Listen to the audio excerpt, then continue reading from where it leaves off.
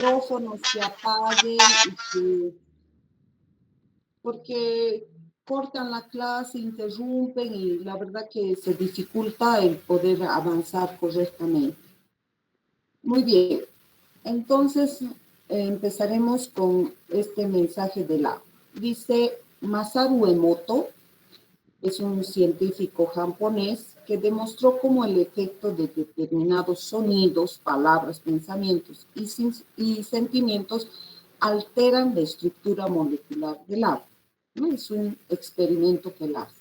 La técnica consiste en exponer al agua a esos agentes congelantes y después fotografiar los cristales que se forman con la congelación. Esta es una molécula de agua en el nacimiento.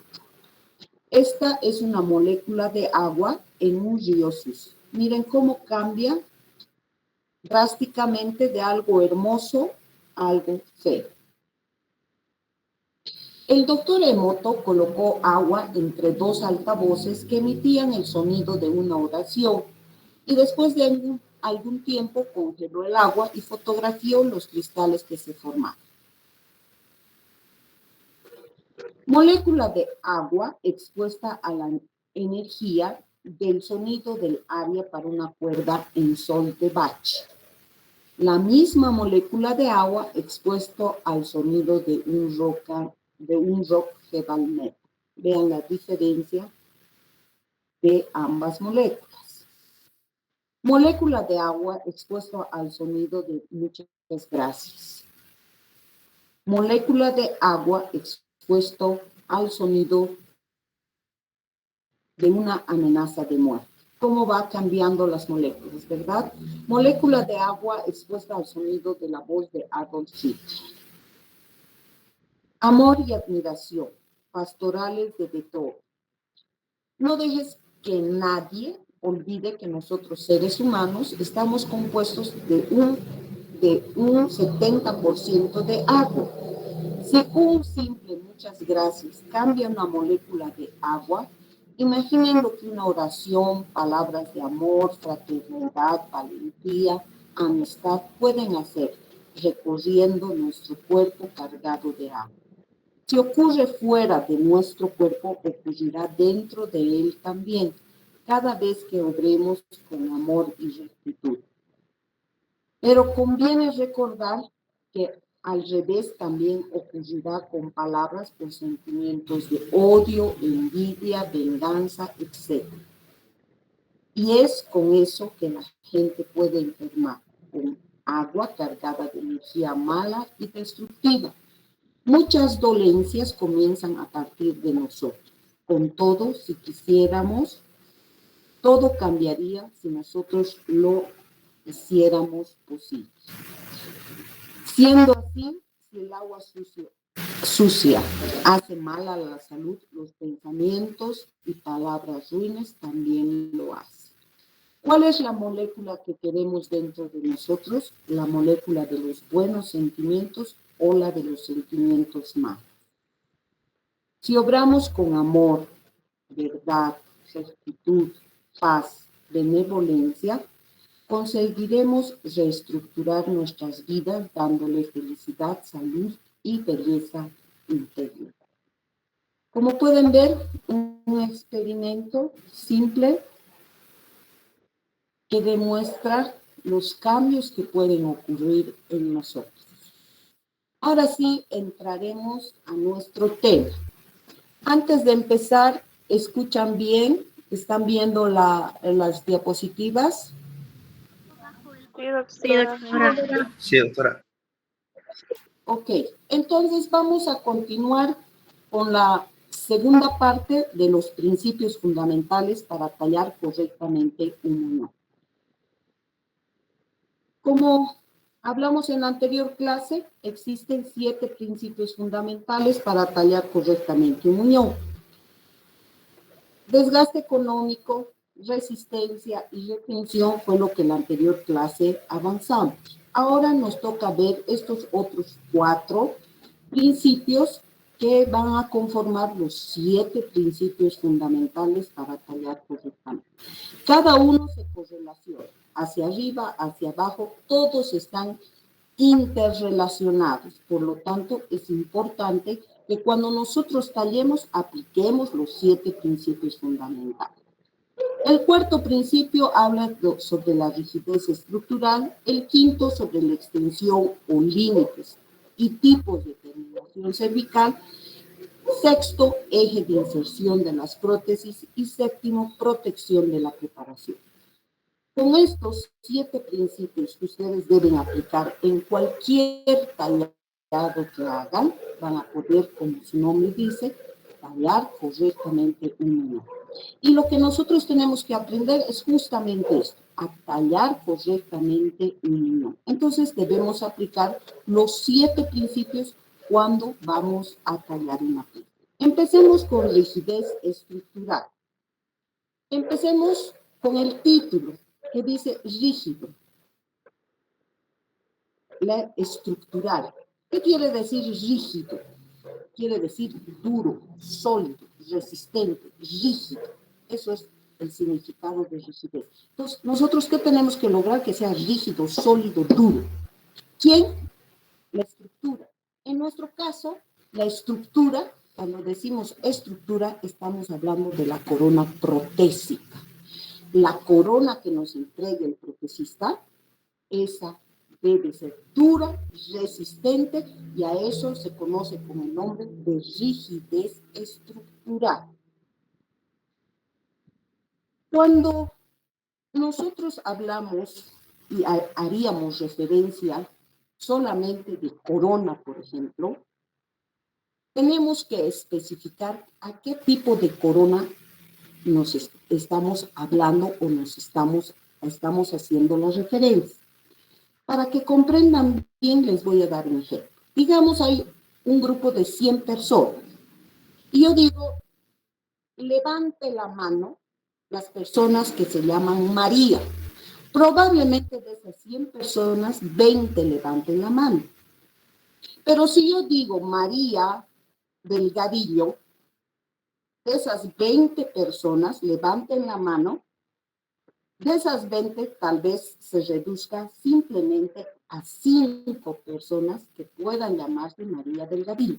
Pero si yo digo María Delgadillo Pérez, solo va a haber una persona que se llame María Delgadillo Pérez.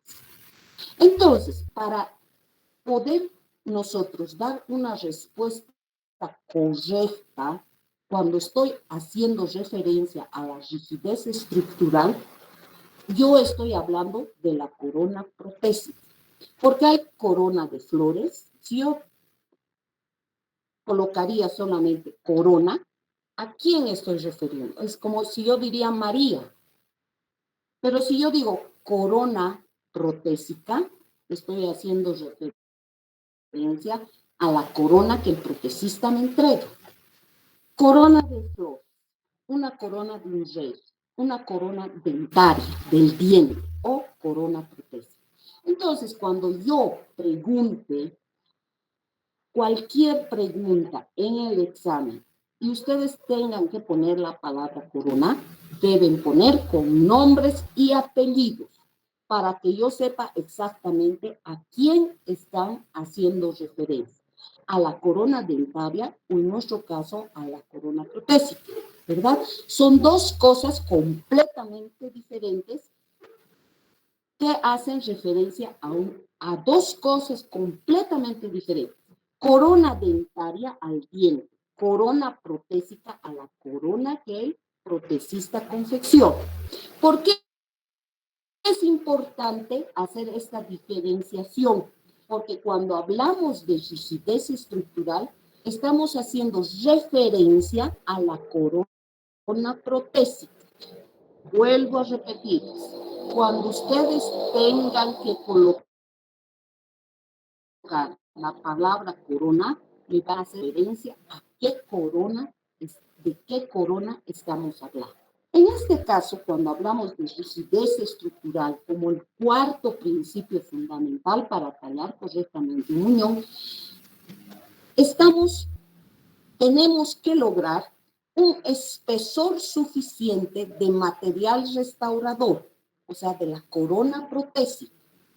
Y hemos dicho que las coronas o las hacemos de metal o las hacemos de plástico o de vidrio o porcelana. Para que este material que hemos colocado aquí en la figura con azul, vendría a representar a la corona protésica, sea capaz de resistir a la acción de las fuerzas masticatorias que van a ser sometidas. La corona tiene que ser capaz de resistir estas fuerzas, porque si no logramos rigidez estructural, la corona protésica se rompe, se fractura, se perfora o se salen las carillas estéticas.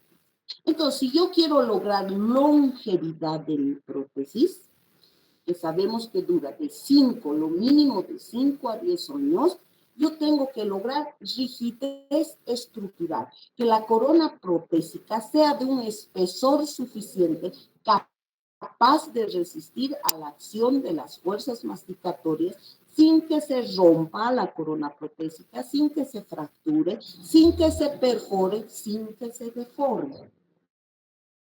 Entonces, nuestra estructura, nuestra corona debe ser rígida, sólida.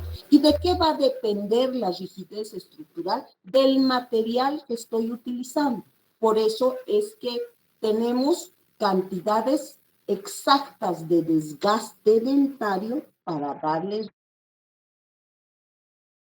rigidez estructural a la corona protésica. Siempre que trabajemos y hagamos una corona en metal, este desgaste, lo mínimo es de 0,5 hasta 1 milímetro como máximo. En plásticos, cualquier tipo de plástico que nosotros utilicemos, la rigidez estructural que debo dar a esa corona de plástico es de 1 milímetro. Y si yo voy a utilizar porcelana, su rigidez estructural de la corona protésica es de 2 milímetros. ¿Qué pasa si yo hago una corona de porcelana y hago de 1 milímetro? No voy a tener rigidez estructural. ¿Qué le va a pasar a mi corona de porcelana? Se va a romper, se va a fracturar o se puede perforar. Entonces, por eso es tan importante que nosotros respetemos el cuarto principio, rigidez estructural. Es ese espesor suficiente, el material que nosotros vamos a colocar tiene que tener un grosor adecuado para resistir a la acción de las fuerzas masticatorias. Entonces, va a depender, la rigidez estructural depende del material que yo voy a utilizar y el tipo de corona que voy a hacer. Sobre todo, sobre de qué material voy a realizar mi corona.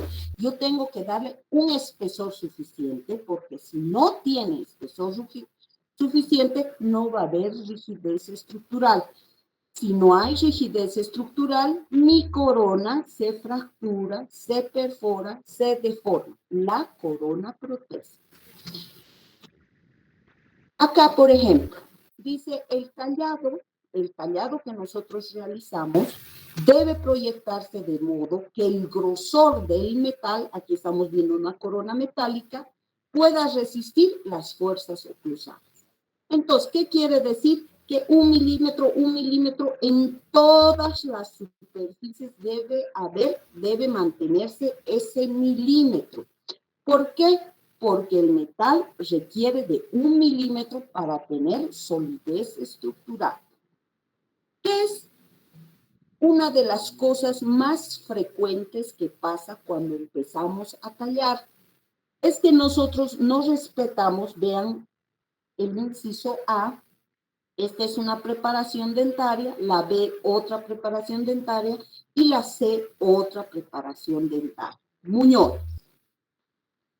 Cuando nosotros tallamos, dice el espacio interoclusal, entre oclusal de los superiores y oclusal de los inferiores, puede ser insuficiente, lo que va a hacer que debilite a la corona, a la restauración. restauración sería la corona. El tallado debe reproducir los planos de las superficies dentarias. ¿Qué quiere decir? Nuestras piezas dentarias, esto es lo correcto en la figura A, tienen cúspides, tienen una configuración geométrica en forma cuspidea, ¿verdad? No son planas, como se puede ver en B y en C. Muchas veces, si no tallamos nosotros, siguiendo las indicaciones que yo les voy a dar en la siguiente clase, que es tallados con finalidad protésica, y uno de los errores más frecuentes que los estudiantes cometen es que las piezas las vuelven planas, sin mantener la forma de las cúspides. Esta configuración anatómica va a hacer que esta rigidez estructural sea igual en todas las caras que tallamos. Si la volvemos plana, como podemos ver en estos dos ejemplos, miren aquí, el espacio intercuspideo es mínimo. Entonces va a ser a este nivel donde la corona metálica puede perforarse. Y acá, en este caso, en el C, han desgastado mucha cantidad, el muñón queda pequeño, la rigidez estructural es mayor, pero ¿quién en este caso se puede fracturar? Va a ser la corona dentaria. O definitivamente no va a tener buena retención, porque a mayor longitud, mayor será la retención. Entonces, esta forma de tallado a nivel oclusal es muy importante porque la forma cuspide, si nosotros desgastamos de la misma manera, vamos a lograr que la rigidez estructural se mantenga a nivel interoclusal. Sabemos que la cara oclusal es la que entra en funcionamiento para la trituración de los alimentos. Entonces hay mayor actividad en la cara oclusal. Por lo tanto, si nosotros desgastamos y la volvemos plana, no vamos a tener rigidez estructural en la corona protésica porque no va a haber el espesor suficiente de material a este nivel y se va a perforar, se va a fracturar o se va a deformar el metal. Entonces vean qué importante es el cuarto principio y cuando nosotros vamos realizando las diversas coronas que hay, entonces lo primero que tengo que recordar, ¿de qué material voy a hacer mi corona? Tengo que lograr rigidez estructural. Y esta rigidez estructural va a depender del material que utilice y por lo tanto desgastaré el espesor suficiente de tejido para que la corona protésica tenga el grosor adecuado para resistir a la acción de las fuerzas masticatorias que va a ser sometida mi corona. Pasamos al quinto principio que se conoce con el nombre de extensión o límites y tipos de terminación cervical. Acá hay tres cosas importantes que tenemos que aprender. Primero, vamos a hablar de la extensión o límites de la terminación cervical. Segundo, ¿qué tipos de terminación cervical hay? Y finalmente, ¿qué es terminación cervical? Entonces, para comprender, miren, está en rojo. Quiere decir que en la anterior clase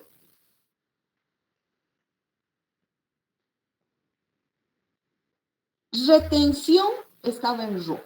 Dentro de estos 7 principios fundamentales hay 2 que son extremadamente importantes. Ya les hablé en la anterior clase que retención es una súper importante y nuestro segundo principio re fundamental para lograr buenos tratamientos protésicos es hablar sobre la extensión, límites y tipos de terminación cervical. Por eso les he puesto ojo. Estos conceptos tienen que comprender bien para poder realizar buenos tratamientos protésicos. Empecemos con terminación cervical. Su nombre nos está indicando a lo que hace referencia. Terminación cervical termina donde termina nuestra preparación. ¿Y dónde termina nuestra preparación? En cervical. Eso quiere decir terminación cervical, donde termina mi preparación. ¿Y dónde termina mi preparación? En cervical.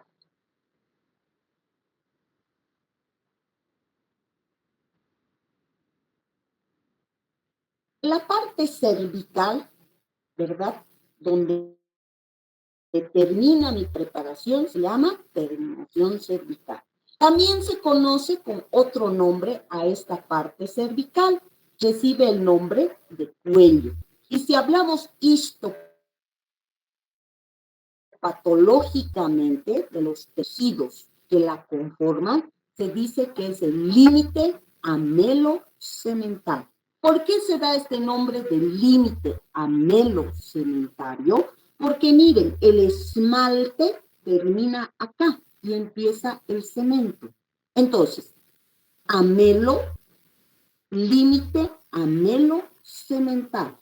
Entonces, mi terminación cervical tiene dos límites. Un límite que puede terminar en esmalte o puede terminar en cemento. Entonces tenemos dos límites. Es como si yo diría, Bolivia limita al norte con Brasil, ¿verdad? Entonces, cuando yo estoy hablando que mi preparación debe terminar en cervical, tengo dos opciones de límite, de extensión, hasta dónde me voy a extender en mi preparación. Entonces, me puedo quedar en esmalte o puedo quedar en cemento. Por lo tanto, existen dos extensiones o límites de la terminación cervical. O sea, puedo terminar, como pueden ver acá, debajo de la encía. A eso se conoce con extensión supragingival. Supra, que está por debajo de la encía.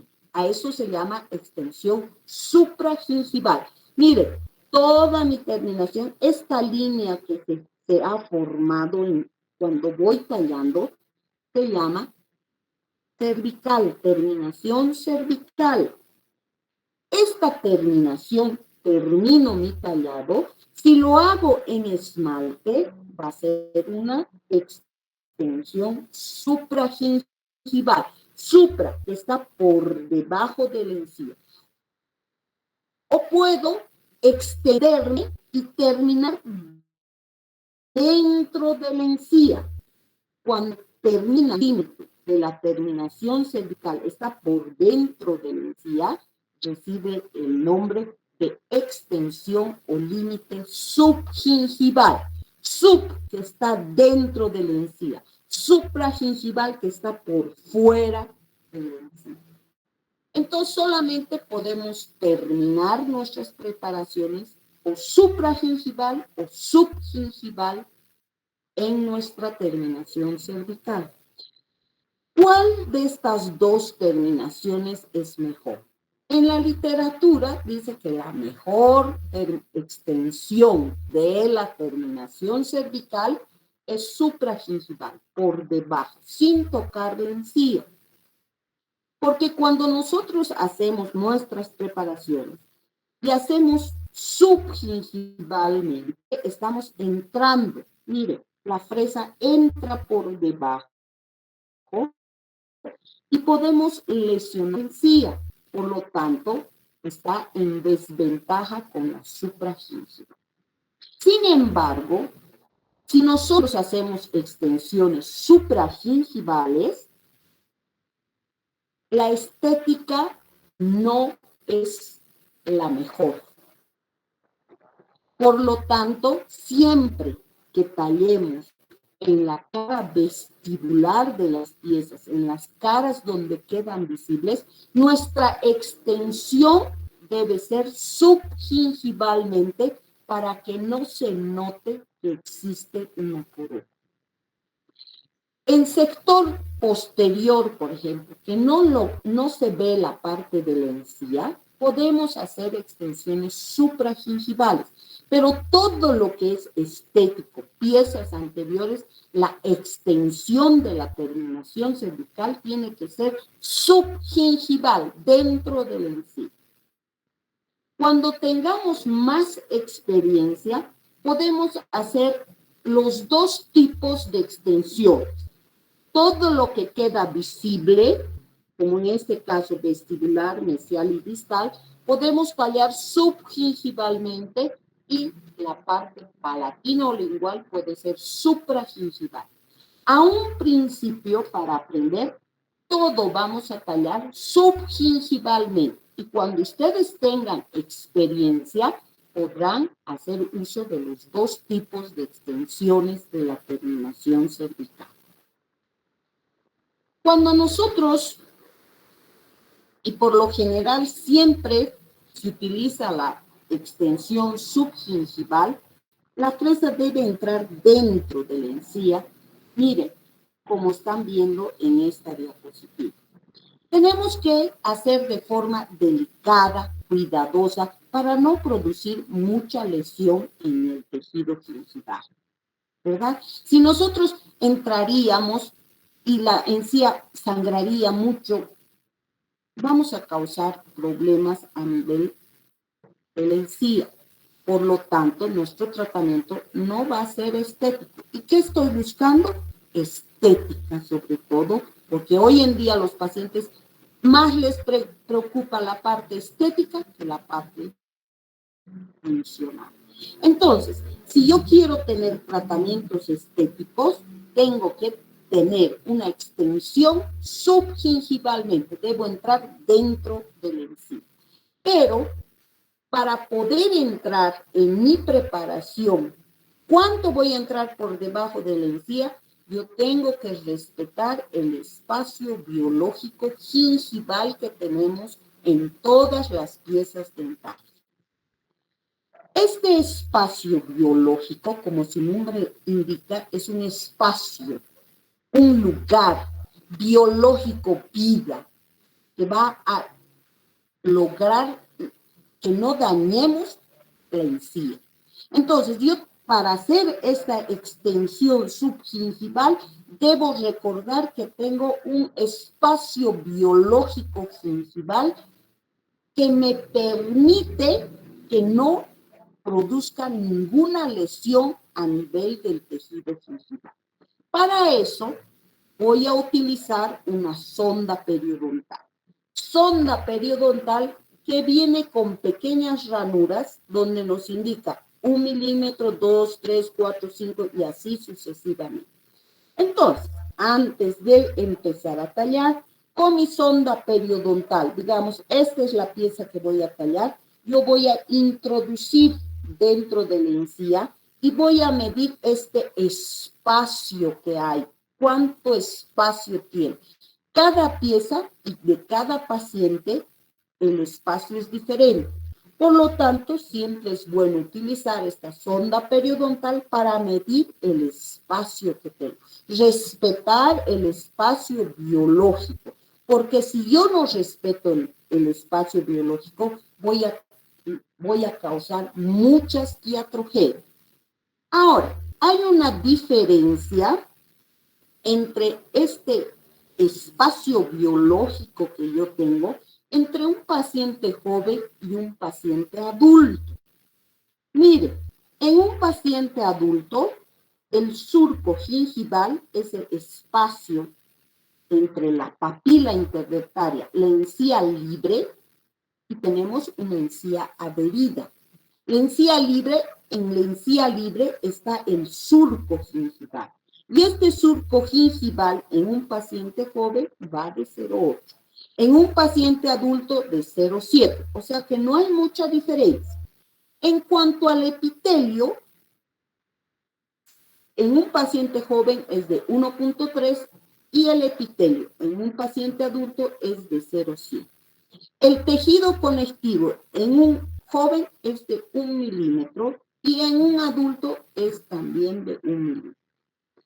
Cuando yo voy a dar una extensión subgingival y debo entrar dentro de la encía, yo tengo que colocar esta terminación, esta extensión de la terminación cervical debe estar dentro del surco gingival para tener este espacio biológico que debo respetar. Por lo general, este surco gingival, casi en todas las piezas dentarias, va tiene 1 milímetro de longitud.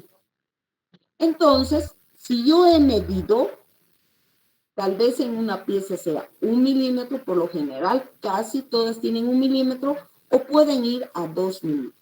Entonces, yo cuando mido, sé el espacio que tengo para ingresar por debajo. Se dice que lo máximo que debes entrar biológico sin causar daño a la encía es de 0,5, máximo 1 milímetro debo entrar por debajo de la encía para estar en este espacio biológico gingival. Espacio biológico gingival que yo al terminar mi extensión de mi terminación cervical estoy segura de que no voy a causar daño a la encía. Entonces, cuando yo hago porque tiene que terminar mi preparación. Y esta, donde termino, ese es mi límite. Es mi extensión de mi terminación cervical. Entonces, máximo puedo entrar por debajo de la encía de 0,5 a 1 milímetro. Pero yo, con ayuda de la sonda periodontal, voy a determinar con mejor claridad cuánto voy a entrar en dentro de la encía sin causar daño a la encía. No nos olvidemos que debajo de la encía se encuentran varios elementos anatómicos importantes. Tenemos la cresta ósea, tenemos el hueso, tenemos el ligamento periodontal y otros elementos. Si yo ingresaría más allá de este espacio biológico, voy a producir muchas iatrogenias. ¿Qué iatrogenias puedo causar? Primero, dependiendo de cuánto he entrado dentro de la encía, puedo causar periodontitis, porque el ligamento se va a inflamar, puede haber hemorragias, puede haber reabsorción de la cresta ósea, porque como he ingresado más allá y estoy entrando en el tejido conectivo, estoy despegando, porque está adherida, la encía adherida, estoy introduciendo y estoy desprendiendo este tejido y está el hueso. Entonces el hueso ante esa agresión va a reabsorberse la cresta ósea y muchas veces van a ver ustedes que en vez de tener esta forma particular, este triángulo, se va a ir aplanando y voy a perder la cresta ósea. Entonces, yo tengo que recordar que para hacer la extensión de la terminación cervical, debo respetar este espacio biológico. No puedo ingresar más de 1 milímetro. Lo correcto es de 0,5 hasta 1 milímetro puedo entrar para hacer una extensión subgingival. Mejor si mido y así sé exactamente cuánto voy a entrar por debajo de la. Si yo invado el espacio biológico de la preparación, puedo tener odontalgias, hemorragias, hipertrofia de las encías inflamadas, sangrado de la encía, dolor. Entonces son muchas iatrogenias que yo puedo causar. Y ustedes van a ver cuando hagan recambio de coronas y ustedes ven esas coronas inflamadas, edematizadas, rojizas, sangrantes, hipertrofiadas, agrandadas, abultadas, es porque el odontólogo entró más allá de este espacio biológico permitido en una preparación. Entonces, ya hemos visto dos cosas importantes cuando hablamos de terminación cervical. Terminación cervical es donde termina mi preparación. ¿Y dónde debe terminar mi preparación? En cervical. Y en cervical puede haber dos extensiones o líneas, o por debajo o por fuera de la encía o por dentro de la encía. O sea, puedo dar una extensión supragingival o una extensión subgingival. Como yo necesito lograr estética en mis coronas, voy a dar por lo general siempre extensiones subgingivalmente. Subgingivalmente quiere decir por dentro del encía. Y para no producir daño en la encía, yo tengo que respetar el espacio biológico gingival. Este espacio me permite entrar desde 0,5 máximo 1 milímetro por debajo de la encía para darle la extensión subgingival. Entonces está claro, ¿verdad? Y por último, vamos a ver que tenemos que hablar sobre los tipos de terminación cervical.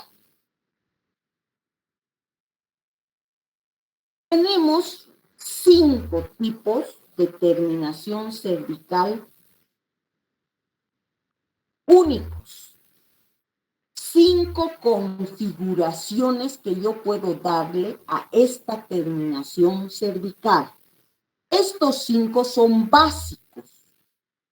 Son de estas 5 terminaciones cervicales, hay otros tipos de terminaciones cervicales que todas siguen siendo de la misma terminación cervical. Miren, tenemos 5 formas de terminar a nivel cervical. Un tipo de terminación cervical se llama hombro. Esta es un hombro. Podemos dar una terminación en hombro biselado. Vean la parte negra. Aquí está, miren, y forma un hombro. Aquí está el mismo hombro, pero más chiquito porque se está biselando. A eso se llama hombro biselado. Luego tenemos otra terminación cervical llamado chanfro profundo. El chanfro profundo es muy diferente a estas otras dos. Vean la parte oscura.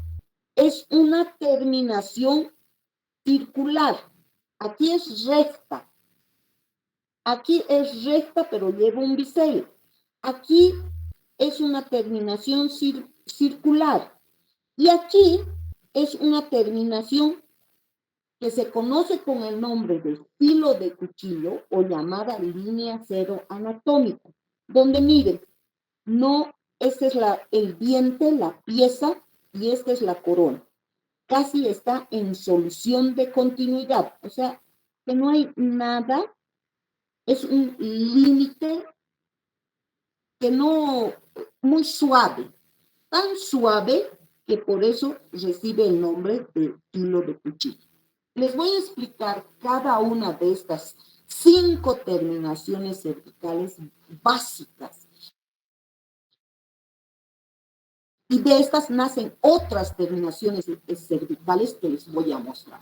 Cuando nosotros vamos a tallar una pieza para recibir una corona, se va formando la terminación cervical, ¿verdad? Ahora, para hacer Para tallar un muñón, nosotros hemos desgastado vestibular, hemos desgastado palatino, hemos desgastado mesial, hemos desgastado distal. O sea, son las caras axiales de la corona dentaria. Y a medida que vamos tallando, termina en cervical. Por lo tanto, si yo quiero tallar un hombro, la teoría dice que entre las paredes axiales que yo tallo y la pared cervical que queda, se forma un ángulo de 90 grados. Cuando yo he tallado esta terminación cervical y he formado un ángulo de 90 grados, he realizado una terminación en hombro. Cuando voy a tallar un hombro biselado, la teoría dice que entre las paredes axiales que yo tallo y la pared cervical que queda, se forma un ángulo de 45 grados, pero lleva un bisel. Aquí yo tengo otro tipo de terminación cervical que se conoce con el nombre de chanfro profundo. ¿Qué dice la teoría? Que entre las paredes axiales que yo tallo y la pared cervical que se queda, se forma un segmento circular. Pero tengo otro tipo de chanfro suave. Este hombro biselado deriva del hombro, porque es prácticamente lo mismo. Hago hombro y a ese hombro, en vez de que sea 90 grados, biselo y se forma el hombro biselado. Aquí es exactamente lo mismo. En el chanfro suave, o llamado también chanferet, ¿qué dice la teoría? Que entre las paredes axiales que yo tallo y la pared cervical que queda o se forma, se va a formar un segmento circular, igual que este, pero de menor diámetro. O sea, ¿qué quiere decir? Que para que sea profundo yo he desgastado más cantidad de tejido y para que sea suave menos cantidad de tejido. Cuando yo hago una terminación en hombro y para que se forme ese ángulo de 90 grados, tengo que entrar más cantidad de tejido para darle los 90 grados. En este es igual. ¿Por qué? Porque el bisel tiene 45 grados, pero el bisel va a hacer que también el desgaste sea mayor. En el chanfro profundo, he entrado más profundamente, por lo tanto va a haber más espacio aquí.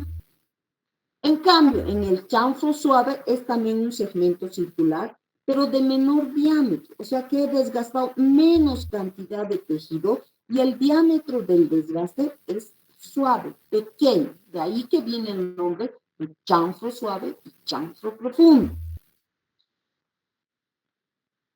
El hombro biselado deriva del hombro. El chanfro suave deriva del chanfro profundo. Y tenemos este otro tipo de terminación cervical que se llama el filo de cuchillo o línea cero anatómica. ¿Cómo es un cuchillo? De algo grueso, el filo se adelgaza. ¿Y qué dice la teoría? Que entre las paredes axiales que yo he tallado y la pared cervical que se forma, no tiene un límite. Todo en solución de continuidad. Por eso es que se la llama línea cero anatómica. Cero, infinito. ¿Qué quiere decir? ¿Cuál es la importancia de tallar la terminación cervical? A ver si con este ejemplo se dan cuenta de la gran importancia, por eso está en rojo la terminación cervical, y la gran importancia que tiene en que nosotros tallemos terminación cervical. Son varias las razones, los motivos por qué tenemos que dar terminación cervical a nuestras preparaciones. Voy a empezar con este concepto. Digamos que yo tengo una pared. En el medio de la pared hay un espacio que sería ocupado por una ventana. Si ese espacio es un hueco directamente, yo vengo con un vidrio que vendría a ser mi corona y voy con ese vidrio y entro a ese espacio en la pared. Si no hay algo que me detenga, yo puedo entrar hasta donde yo quiera. En cambio, si yo a ese espacio le coloco un marco de ventana, vengo con el vidrio y cuando llego al marco de la ventana, me va a detener ese marco. ¿Qué me va a decir? Usted no puede entrar más allá de ese marco, porque el marco está delimitando hasta el lugar donde va a entrar el vidrio. Eso es lo que hace la terminación cervical. Se forma un marco de ventana, lo cual hace de que cuando choca a ese marco la corona no puede entrar más allá. ¿Por qué? Porque yo tengo un espacio biológico de que respetar. Si ingresa más allá de ese espacio, voy a tener inflamación, hemorragias, dolor, hipertrofias, inflamaciones, porque yo tengo este elemento que es la encía. A diferencia del filo de cuchillo. Como no se forma un límite nítido, yo con la corona o como el vidrio puedo entrar. ¿Cuánto va el protecista? ¿Cuánto va a entrar? ¿Cuánto entrará? ¿Por qué? Porque no tiene ese marco de ventana. Entonces, cuando tú tallas terminación cervical, le estás dando un límite protésico de preparación. El protecista va a terminar la corona donde tú has colocado tu límite, a diferencia del filo de cuchillo, que por eso se dice que es una terminación cervical en desuso, que no podemos utilizar. Está contraindicado el filo de cuchillo o línea cero anatómica porque la corona puede entrar cuanto más adentro. No se puede entrar mucho más adentro o menos. ¿Por qué? Porque no hay un límite protésico de preparación. Y nosotros al tallar la terminación cervical vamos a dar ese límite protésico de preparación que requiere el protecista. Se va a chocar, no puede entrar más allá de ese límite de preparación que nosotros hemos colocado. Y nosotros colocamos ese límite respetando el espacio biológico. Por lo tanto, nunca vamos a tener problemas iatrogénicos en nuestras preparaciones. Ahora, sin embargo, si está contraindicada esta terminación, este tipo de terminación cervical, ¿por qué existe todavía en la literatura y por qué estudiar? Porque este filo de cuchillo o línea cero anatómica la hacemos uso en ocasiones especiales, pese que el protecista también sabe. Cuando a veces tallamos y está en filo de cuchillo, no hay ese marco de ventana que no hace que le impida que la corona entre qué cantidad por debajo de la encía. También el protecista sabe que una preparación no puede ingresar más allá de 1 milímetro. O sea, el protecista te lo va a hacer 0,5, 0,8, 0,6, máximo 1 milímetro, porque él también sabe de estos conceptos. Sin embargo, para estar seguros de no cometer iatrogenias en las coronas que son frecuentes, en aquellos estudiantes, odontólogos o profesionales que no saben lo que es terminación cervical, cometen estos problemas iatrogénicos que son frecuentes. Ustedes cuando hagan recambio de coronas van a ver que es cuán frecuente. ¿Por qué? Porque porque no hicieron terminación cervical y tallaron en filo de cuchillo y el protecista entró más allá de ese espacio biológico. Como les decía, ¿por qué seguimos preparando algunas veces este tipo de terminación cervical? Es porque solamente utilizamos en algunos casos especiales, en algunos casos donde no podemos tallar, porque para tallar estas terminaciones cervicales tenemos que desgastar más cantidad de tejido. Entonces, ¿qué pasa en piezas que son triangulares, por ejemplo?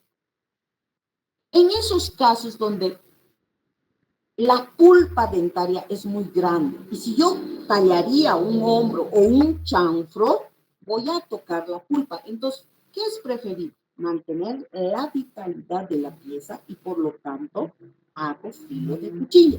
Entonces, como es contraindicado, solamente utilizamos este tipo de terminación cervical en 5 casos. Anótense. Primero, siempre que haya piezas triangulares, tallo el filo de cuchillo. En dientes con pulpas grandes y amplios, tallo filo de cuchillo. En niños, tallo filo de cuchillo. En dientes con enfermedades pulpares, tallo filo de cuchillo. En dientes con fracturas cervicales altas que involucren la raíz, tallo filo de cuchillo. Si ustedes dirán fractura cervical, ¿sí? Por favor. ¿Puedes repetir la pregunta? ¿En qué piezas debemos tallar el filo de cuchillo? Eso lo logro notar en piezas triangulares y de niños. Ya. Entonces, en piezas triangulares, en pulpas, micrófono, por favor. Apague el micrófono. En dientes triangulares, en dientes con pulpas amplias, en dientes de niños, en dientes con enfermedades periodontales y en dientes con fracturas cervicales altas que involucren la raíz. Muchas veces algunos pacientes presentan pequeñas fracturas a nivel cervical, o sea, que está en el cemento, en la raíz, pero podemos tratar de salvar, ver si va a dar resultado previo, se le informa al paciente, pero no podemos tallar terminaciones, otro tipo de terminaciones cervicales, porque el desgaste es masivo, es mayor cuando se hace este tipo de terminaciones cervicales. Entonces, apenas hacemos un pequeño desgaste, por hacer ese pequeño desgaste, no se forma un límite, por lo que hay solución de continuidad. Entre la corona y la raíz sigue habiendo solución de continuidad y el protesista puede hacernos una corona y podemos entrar e invadir más allá de ese espacio biológico. Entonces, por eso es que nosotros seguimos utilizando filo de cuchillo, pero solamente en esos 5 casos que les he mencionado. Si la pieza no tiene ninguno de esos 5, yo estoy obligado a dar un tipo de terminación cervical. Ahora, las líneas terminales de una restauración se realizan de acuerdo al material. O sea que otra cosa importante por la cual debo tallar terminación cervical, dice acá claramente, es porque cada material tiene un tipo de terminación cervical específica. Se han estudiado en 1000 piezas dentarias y se ha dicho, ¿cuál terminación es cervical? Porque el vidrio es diferente al metal, el metal es diferente al plástico, el plástico es diferente al vidrio. Entonces, ¿qué terminación cervical voy a utilizar? ¿Cuándo utilizo hombro? ¿Cuándo utilizo hombro biselado, chanfro profundo y chanfro suave?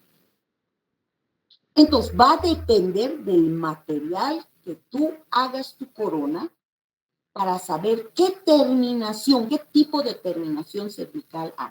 Y como les decía, tenemos 5 tipos de terminación cervical básicos y que de estos nacen otros tipos de terminación cervical. Nosotros tenemos que saber bien estos 5 tipos. ¿Por qué? Aquí les muestro un ejemplo. Este es un hombro, 90 grados.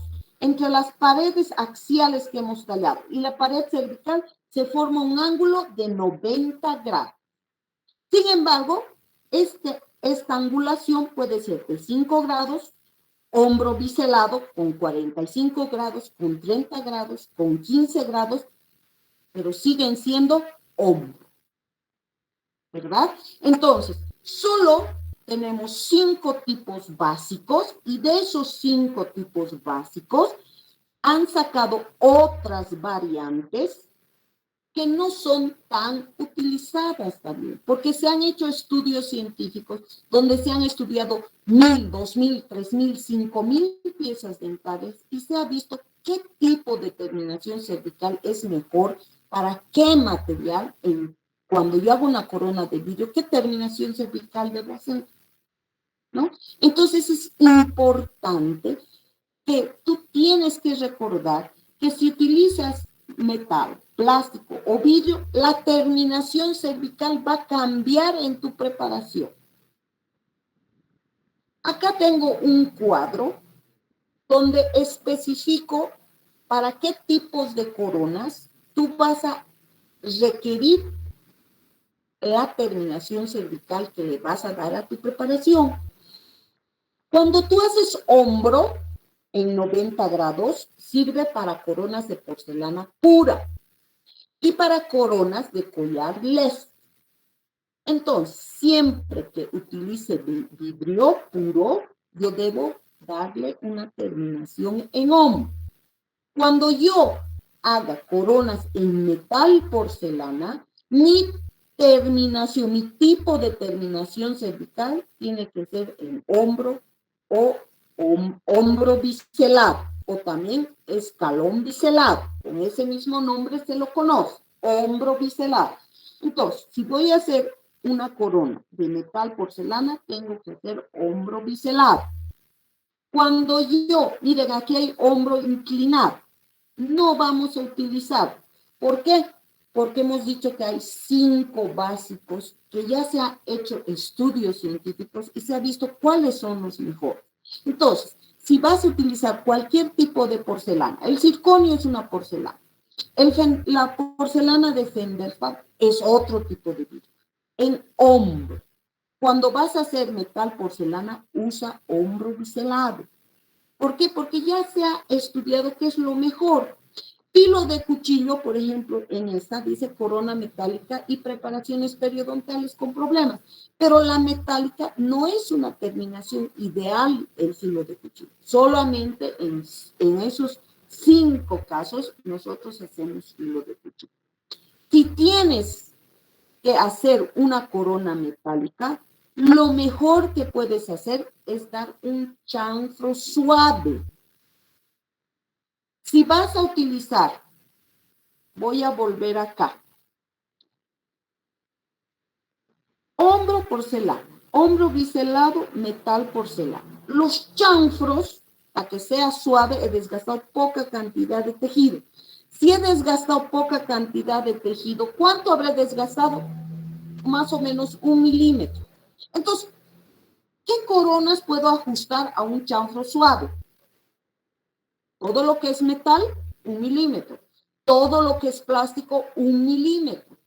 Entonces, ¿qué terminación qué tipo de terminación cervical voy a hacer para esas coronas? Chanfro suave.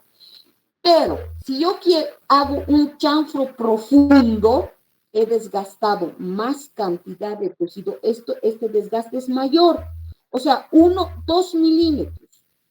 ¿Qué entra en 2 milímetros? Porcelana, metal, porcelana. O sea, que yo puedo utilizar un chanfro profundo o un hombro para hacer porcelana pura. Metal, porcelana, ¿cuánto es? 1.5 el desgaste que requiere. ¿Puedo utilizar chanfro profundo para una metal porcelana? Puedo. ¿Hombro biselado? Puedo. ¿Por qué? Porque para formar esas terminaciones cervicales se desgasta más cantidad de tejido. Chanfro suave es 1 milímetro de tejido dentario que yo he desgastado. Para estas otras yo desgasto 1.5 hasta 2 milímetros. Entonces, todo lo que es porcelana, metal porcelana, puedo utilizar estos otros tipos de terminación cervical. Pero, ¿qué es lo que nos recomienda? Gracias a estos estudios que se han hecho, dice, ¿puedo utilizar para hacer una corona de porcelana pura hombro? Sí. ¿Puedo utilizar un chanfro profundo para hacer porcelana? Sí. Pero ¿cuál es mejor? En todos esos estudios e investigaciones se ha hecho, dice, utilicen hombro, porque el hombro le va, como es plano, le va a dar mejor soporte, mayor resistencia, porque el vidrio se rompe. Entonces, mejor. Si ustedes van a trabajar porcelana, trabajen en hombro. Trabajan en chanfro profundo, también les sirve, pero los estudios aconsejan mejor hombro. Igual de la corona metal porcelana. La metal porcelana, ¿puedo hacer en chanfro profundo? Sí, porque he desgastado 2 milímetros. Entonces, sí me va a dar el espacio suficiente. Voy a acomodar 0,5 para el metal más 1.5 o 1 de porcelana. Voy a tener la rigidez estructural necesaria para que no se rompa, fracture, perfore, deforme o se salga. Pero los estudios que dicen, mejor si haces metal porcelana, no utilices chanfro, utiliza hombro biselado. Y nosotros vamos a aprender a hacer los 5 tipos de terminación cervical para que nosotros coloquemos esta terminación cervical de acuerdo al material y al tipo de corona que yo voy a hacer. Entonces, si yo voy a hacer una corona, por ejemplo, aquí dice unas coronas parciales, ¿verdad? Las coronas parciales se hacen en metal. Si voy a utilizar metal, ¿qué terminación cervical le voy a dar? Chanfro suave, porque el metal solo necesito de 0,5 a 1.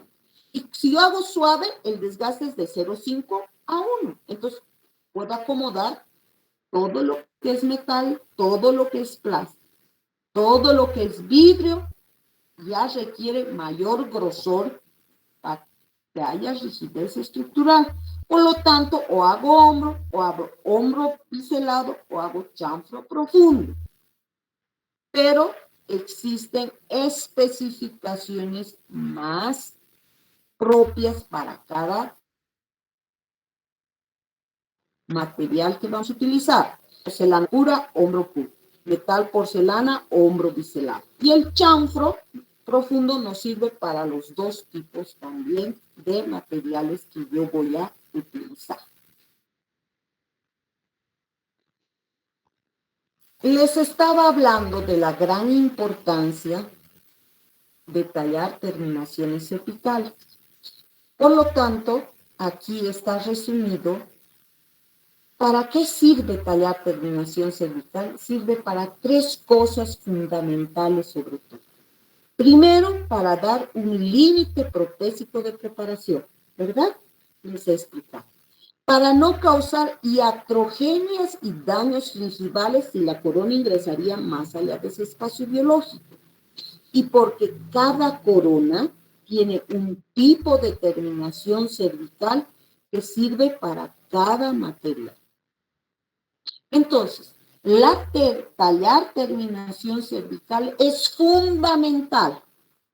Fundamental, ¿por qué? Porque necesito dar un límite protésico para que el protesista no entre más allá del tejido de las encías y dañe y cause problemas iatrogénicos gingivales, y porque cada material necesita un tipo de terminación cervical adecuado. Por eso, este principio está en rojo, porque es fundamental e importante. Y cuando ya empecemos la siguiente clase a hablar sobre, ya sea ahora la teoría, ahora cómo esa teoría la vuelvo en práctica. Entonces, tallados con finalidad protésica les voy a explicar cómo ustedes van a hacer estos tipos de terminación cervical. ¿Cómo voy a lograr hacer estas terminaciones cervicales? Lo primero es aprender esta teoría, porque ya sé lo que tengo que hacer, ahora, ¿cómo lo voy a hacer? ¿Verdad? Es la siguiente pregunta que yo me tengo que hacer. Ya sé lo que voy a hacer. Y ahora, ¿cómo lo hago? Entonces, súper importante que ustedes no se falten a las clases porque se les va explicando, indicando.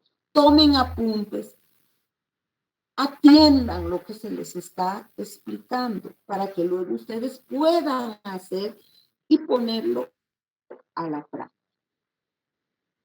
Mire, aquí filo de cuchillo. No podemos confundirnos porque todas son diferentes. Filo de cuchillo sin solución de continuidad. No se forma ese marco de ventana. Hombro, chanfro. Vean cómo uno puede diferenciar fácilmente. No se puede confundir las terminaciones cervicales porque son diferentes. Vean la parte negra, en punta, en filo. Aquí queda en 90 grados. El chanfro redondo. Vean esa superficie cómo se redondea. Chanfro biselado, redondeado y un pequeño bisel. Hombro inclinado. En vez de estar recto como aquí, lo han inclinado. Hombro biselado. Aquí hay un bisel con 45 grados. Entonces, no podemos confundir. Es fácil diferenciar las terminaciones cervicales. Nosotros simplemente tenemos que aplicar y saber a qué material, qué tipo de terminación cervical le doy. Ahora, estas variantes que han creado otros autores, no es fundamental que ustedes sepan. Por eso que yo les hablaba que solo básicamente nos tenemos que enmarcar en estos 5 tipos de terminación cervical que son los mejores. Otros autores, otras personas han modificado estas básicas y han creado estas variaciones. Pero nosotros apliquemos estas al principio, tal vez ustedes puedan después investigar, hacer experiencias, experimentos, ver que dé mejores resultados.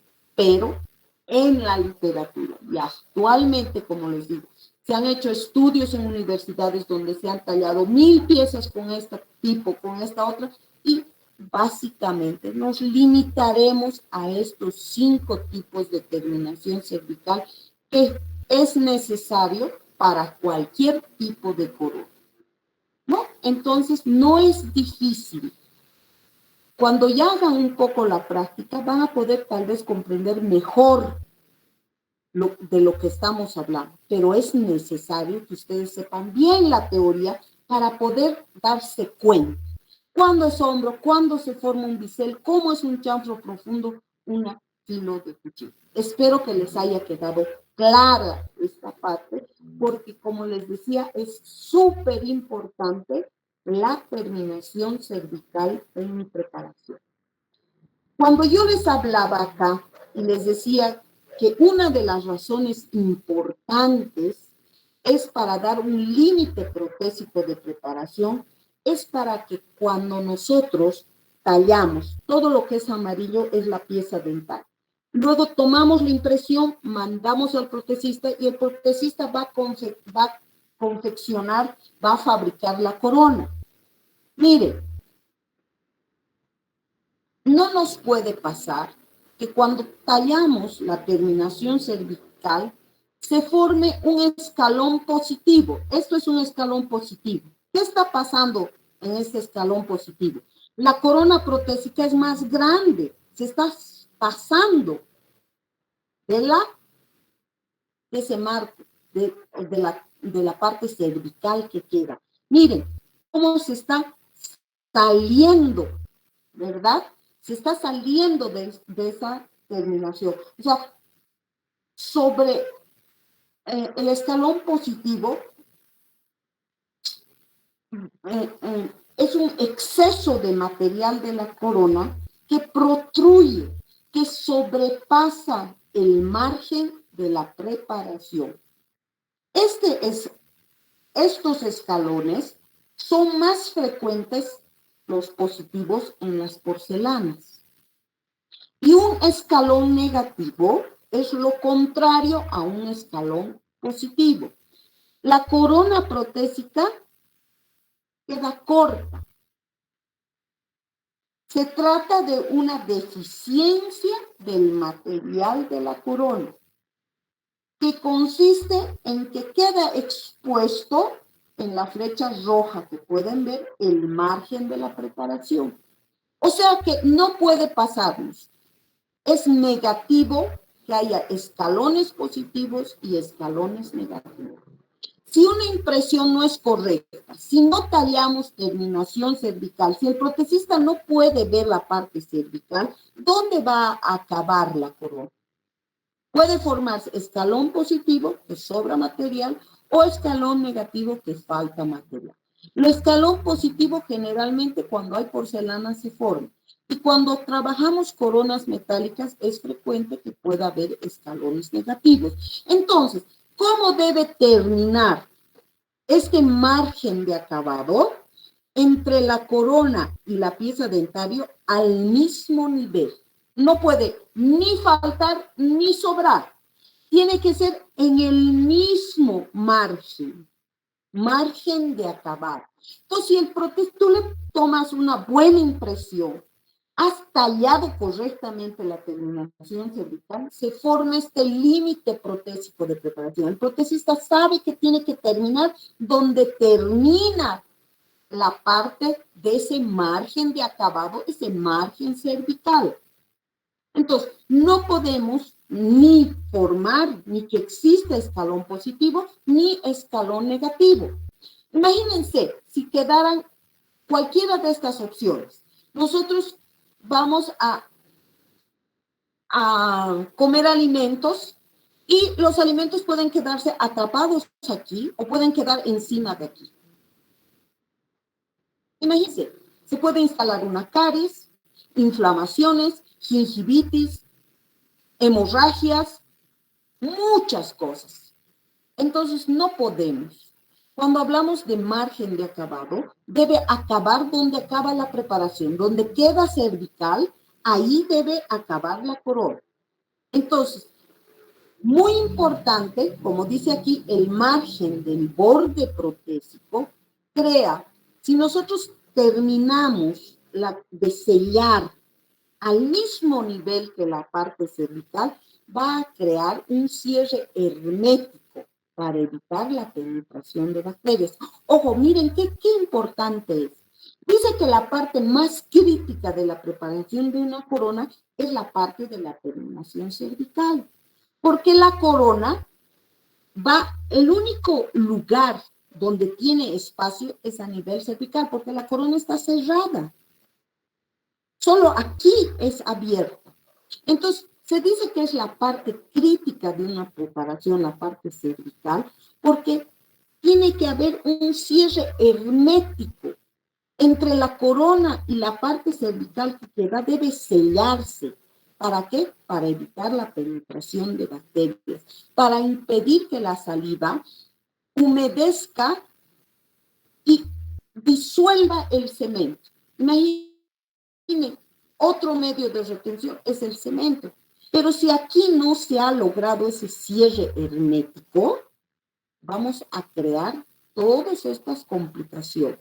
Si se disuelve el cemento, más fácil se va a salir. Si ingresan, penetran las bacterias, la pieza puede tener caries dental, va a haber filtraciones, la corona va a cambiar de color, va a haber inflamaciones y muchos otros problemas a nivel del encío.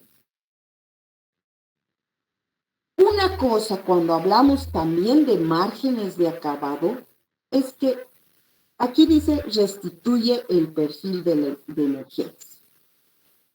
Cuando las piezas, nuestras piezas dentarias, no son planas, ¿verdad? Sino que convergen, ¿verdad? Convergen hacia cervical y convergen hacia incisal oclusal.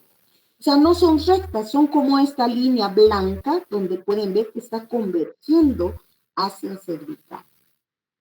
Estas curvas naturales de la corona anatómica, ¿verdad? Como dice aquí, que es más prominente en comparación con la raíz. La raíz es más recta. En cambio, la corona tiene convergencia, tiene estas curvas y restituye el perfil de emergencia. ¿Qué quiere decir? Que la corona va a entrar y si logras tener esta naturalidad de convergencia, de curva natural, tu corona va a tener un buen perfil de emergencia, a eso se llama perfil de emergencia, y va a ser más estético. Entonces, es súper importante estudiar bien la terminación cervical, sus límites y los tipos de terminación cervical.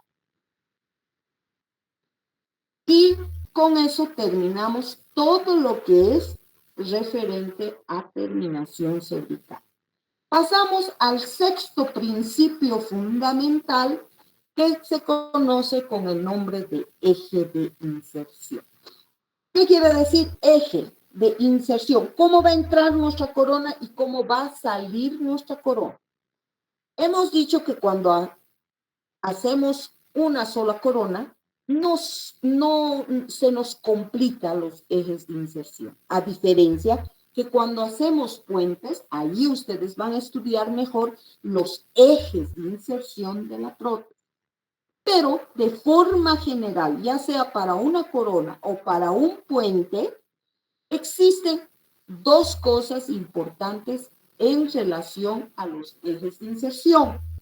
Dos cosas se nos puede presentar.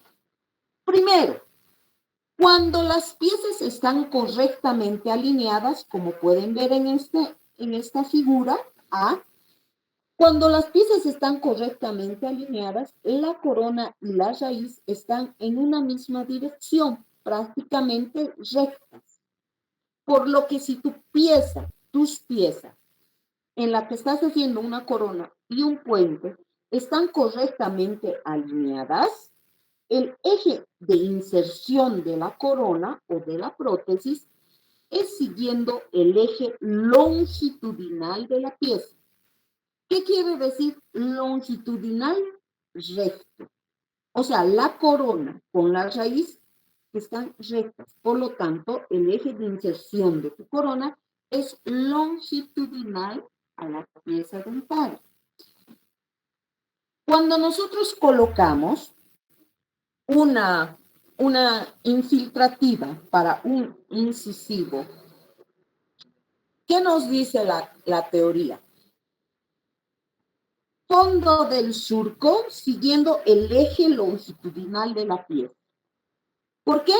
Porque la corona y la raíz están rectas, tienen un solo eje longitudinal recto.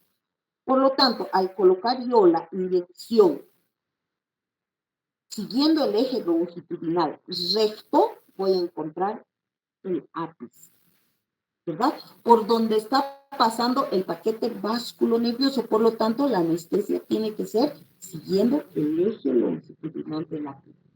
En nuestro caso es igual. Cuando las piezas están correctamente alineadas, quiere decir que la corona y la raíz están rectas en la misma dirección. Por lo tanto, el eje de inserción va a ser longitudinal a la pieza dentaria. Pero ¿qué pasa con aquellas piezas que presentan algunas modificaciones en cuanto a su alineación?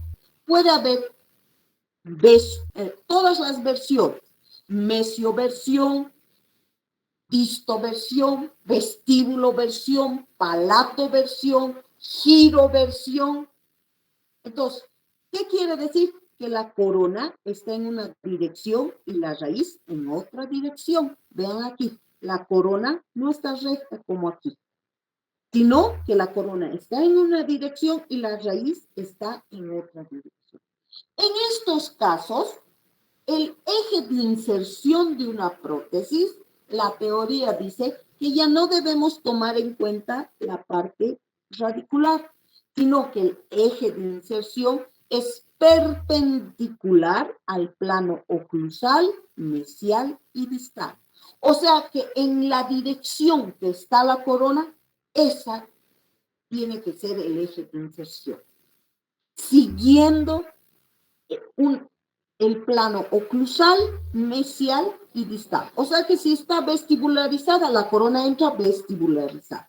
Si la corona está palatinizada, entra en palatín. Si está mesializada, la corona entra perpendicular al plano oclusal, mesial y distal. Cualquiera sea la malposición dentaria de la pieza. Esto lo van a ver mejor cuando ustedes cuando estudien en cuarto puentes, porque ahí los ejes de inserción son más difíciles de conseguir. En cambio, cuando hacemos prótesis unitaria, una sola corona, es fácil que entre y salga. No es complicado conseguir ejes de inserción. Y por último, entramos al último elemento que se conoce con el nombre de protección de la preparación. De nada serviría que yo haya hecho una buena terminación cervical, haya logrado longitud, diámetro, que haya de nada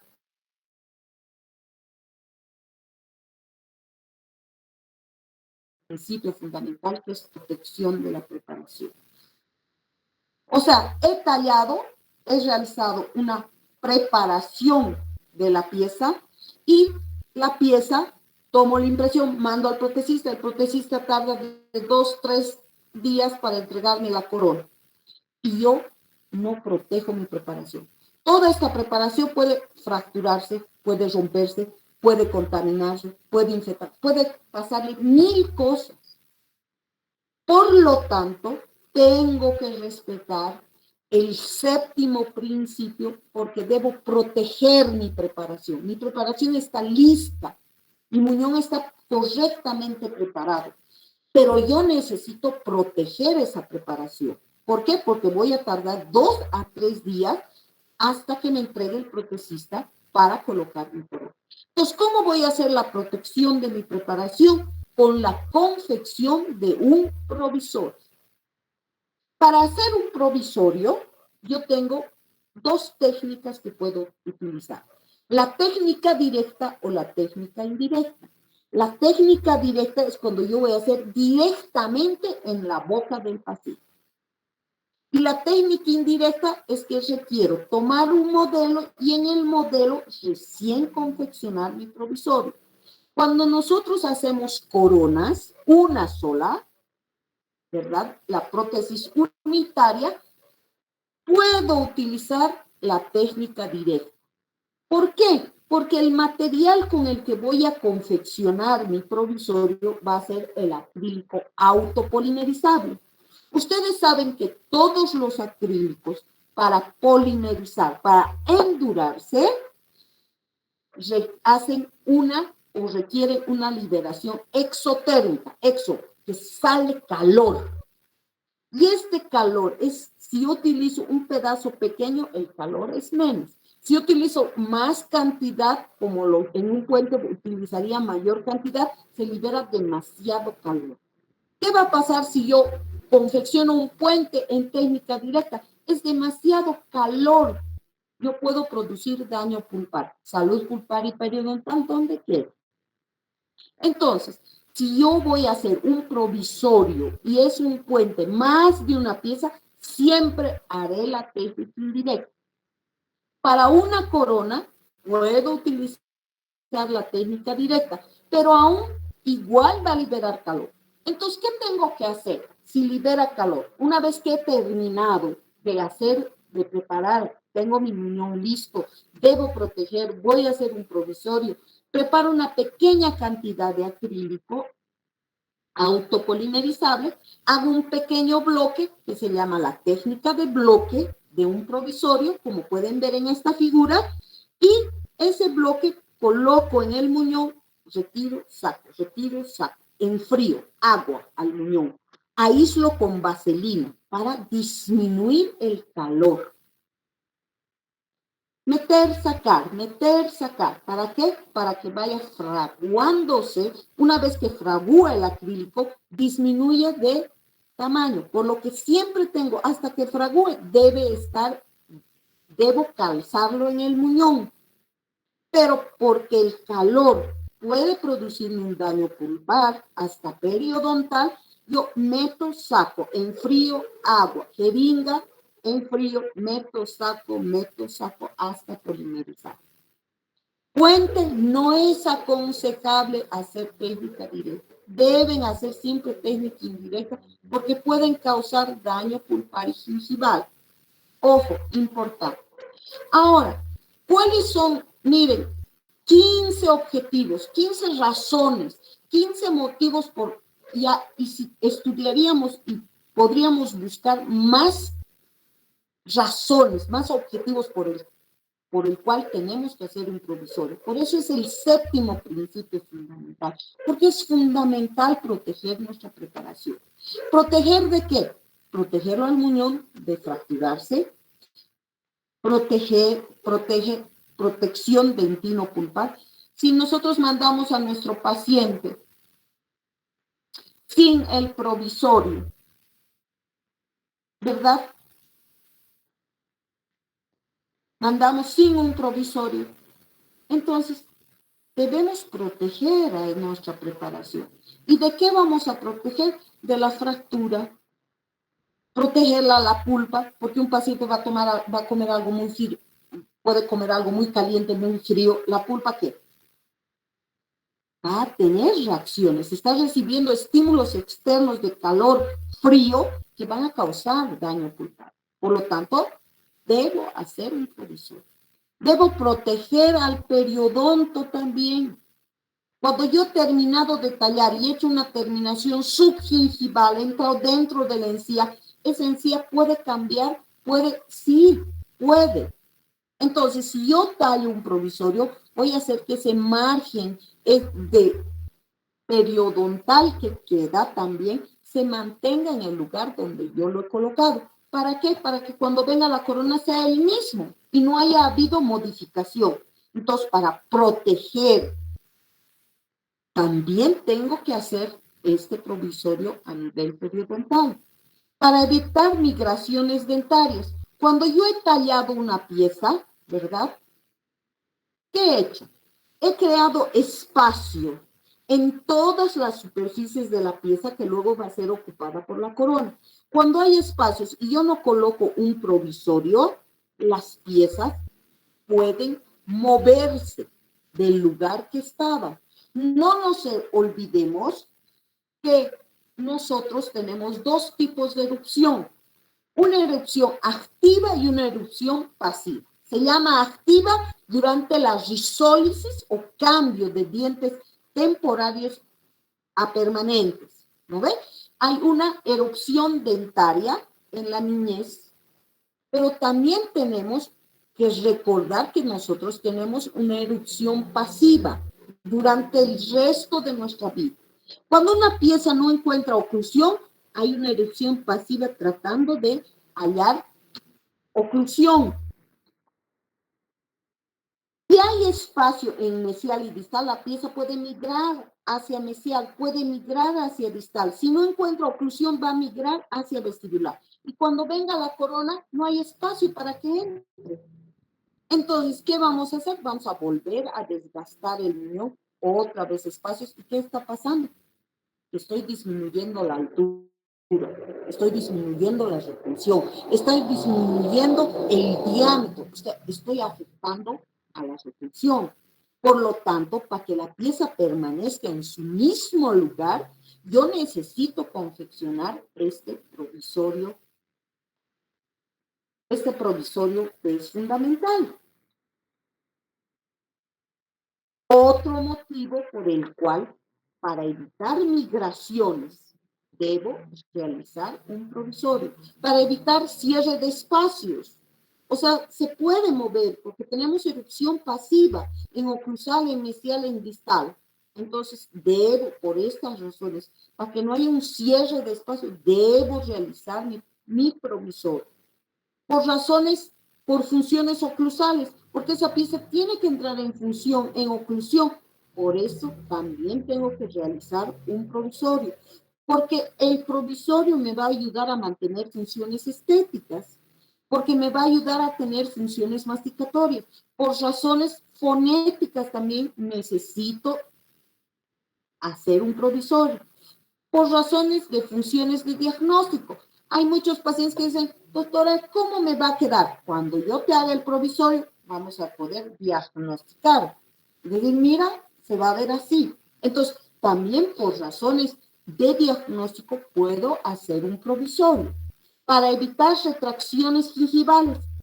Por esa razón también tengo que hacer un provisorio para evitar contaminaciones externas. Y mi muñón que haga no tiene un provisorio, puede contaminarse con cualquier cosa. Entonces necesito hacer un provisorio. Por razones de marketing, imagínense que mi paciente se vaya sin un incisivo central y esté tallado. Entonces, el paciente, cuando tú en la primera sesión tallas, colocas un provisorio, el paciente se va feliz porque estás haciendo un marketing de ti, decir, mire cómo yo trabajo. Si así es el provisorio, ¿cómo va a ser el definitivo? Entonces, por razones de marketing también, por profesionalismo, tenemos que elaborar un provisorio y nunca mandar al paciente sin un provisorio. Siempre tenemos que hacer provisorio, sea anterior, posterior, no porque sea visible, no, porque hay muchas razones que nos obligan a hacer un provisorio, tanto del sector anterior como del sector posterior. Y también aquí por razones, dice, por protección contra agentes microbianos. La cavidad oral tenemos una cantidad de microorganismos y si no elaboramos puede haber y va a haber contaminaciones microbianas. Entonces, miren cuántas razones por las cuales es importante cumplir el séptimo principio fundamental, que es la protección de la preparación. ¿Cómo vamos a proteger nuestra preparación? Confeccionando un provisorio. Y para confeccionar un provisorio existen muchas formas y maneras. Tenemos una que les decía, el provisorio en bloque, llamado también cáscara de huevo, donde tú preparas una pequeña porción y metes, sacas, es esta de aquí, y luego la tallas, vas tallando y vas dándole la anatomía correspondiente a tu provisorio. Y todo provisorio debe ser cementado. Por eso es que hablamos de que hay cementos, dos tipos de cementos, se clasifican en dos, cementos definitivos y cementos provisionales. Entonces yo tengo que hacer uso de un cemento provisional porque provisionalmente va a estar entre 1 o 2 días hasta que el protesista me entregue la corona definitiva. Entonces siempre debo cementar con Dical. Les decía que es mejor utilizar porque cuando nosotros tallamos estamos dentro de los túbulos dentinarios, hemos retirado todo el esmalte. Recordemos que tenemos esmalte y dentina. El esmalte es un tejido acelular, es un tejido completamente mineralizado, lo cual no tiene sensibilidad, por eso no nos duele. Pero el momento en que nosotros eliminamos esmalte y estamos en dentina, la dentina cambia su composición histológica de la dentina, que está compuesto por los túbulos dentinarios. Túbulos dentinarios que por dentro de cada túbulo dentinario están pasando el paquete vasculonervioso. Por lo tanto, la sensibilidad va a haber dolor. Si puede, mi provisorio va a evitar que haya dolor también. ¿Por qué? Porque está aislando, por eso es protección dentino-pulpar. Uno de los objetivos por el cual yo debo realizar mi provisorio. Entonces, cuando yo hago no importa qué técnica, si en cuanto a si es unitaria, no importa qué técnica utilices. Pero cuando ya haces puente, no, es mejor siempre utilizar la técnica indirecta. Entonces tenemos muchas formas, muchas maneras de confeccionar un provisor. Como es unitaria, es fácil en nuestro caso. Hacemos uso de la indirecta y por lo general la técnica en bloque o cáscara de huevo porque queda delgada como una cascarita y cementamos esta corona. También podemos hacer uso de este otro tipo de otras formas de realizar un provisor. Yo les decía, yo les digo que primero, antes de el paciente, por decir, viene con una fractura hasta acá.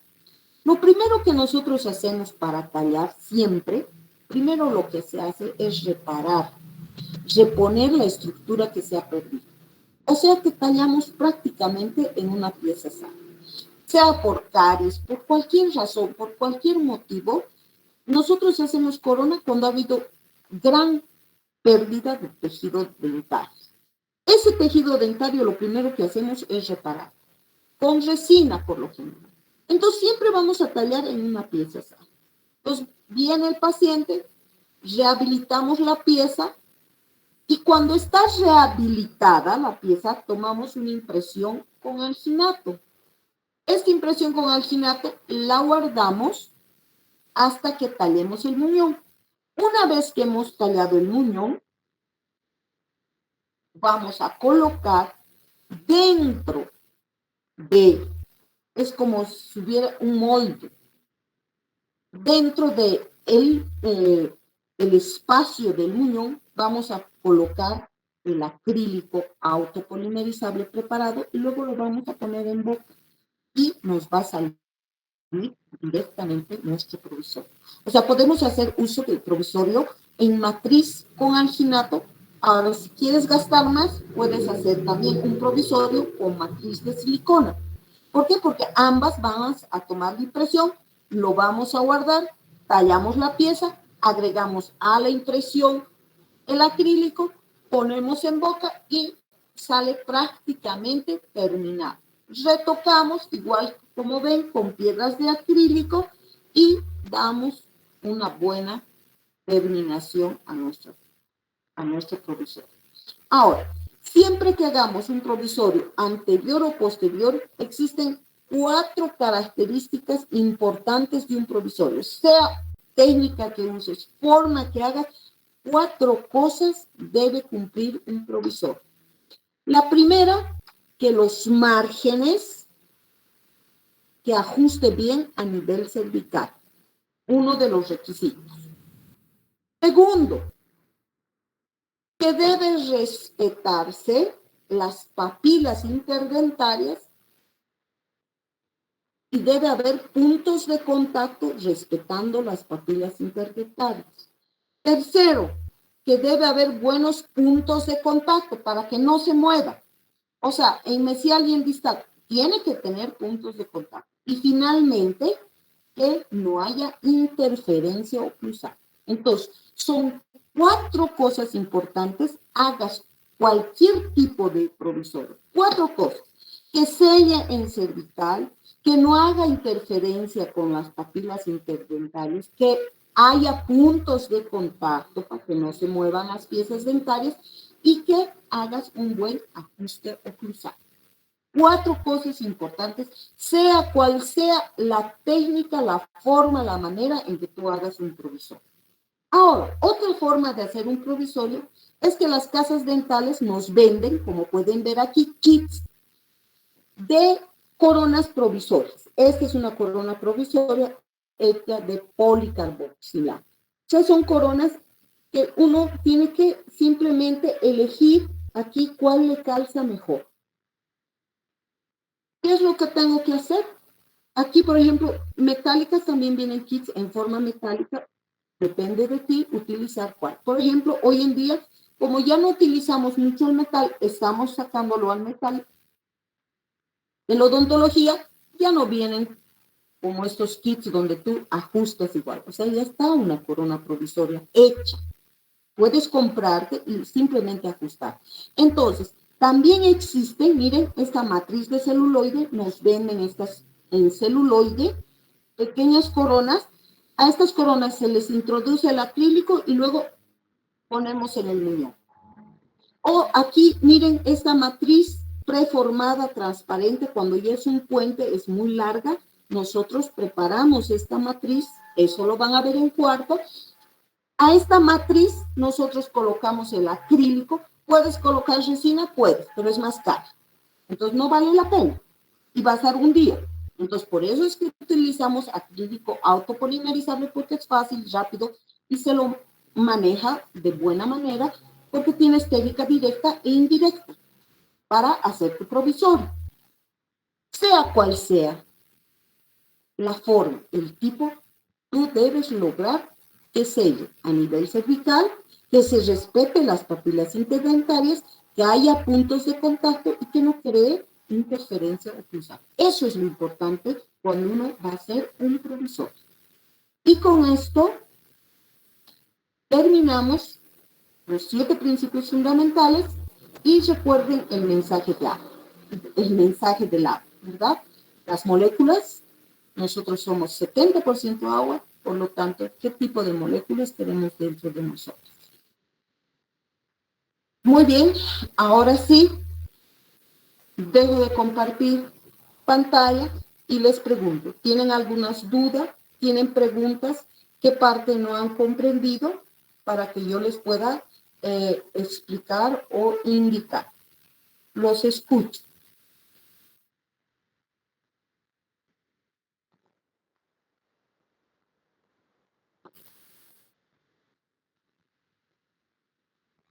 Doctora, Dime, Annelies. en los 4 requisitos para hacer un provisorio, dijo que deben respetarse las papilas interdentarias. ¿Y qué más en ese punto? Respetarse las papilas interdentarias, que haya buenos puntos de contacto en mesial y distal, ¿verdad? Ahí son los puntos.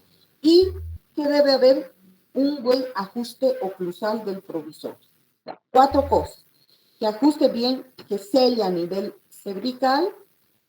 Segundo, respetar las papilas interdentarias, que haya puntos de contacto y que haya un buen ajuste oclusal del provisorio. Ah, ya, doctora, sí son 4, ¿verdad? Sí. Ah, ya está bien, doctora, gracias.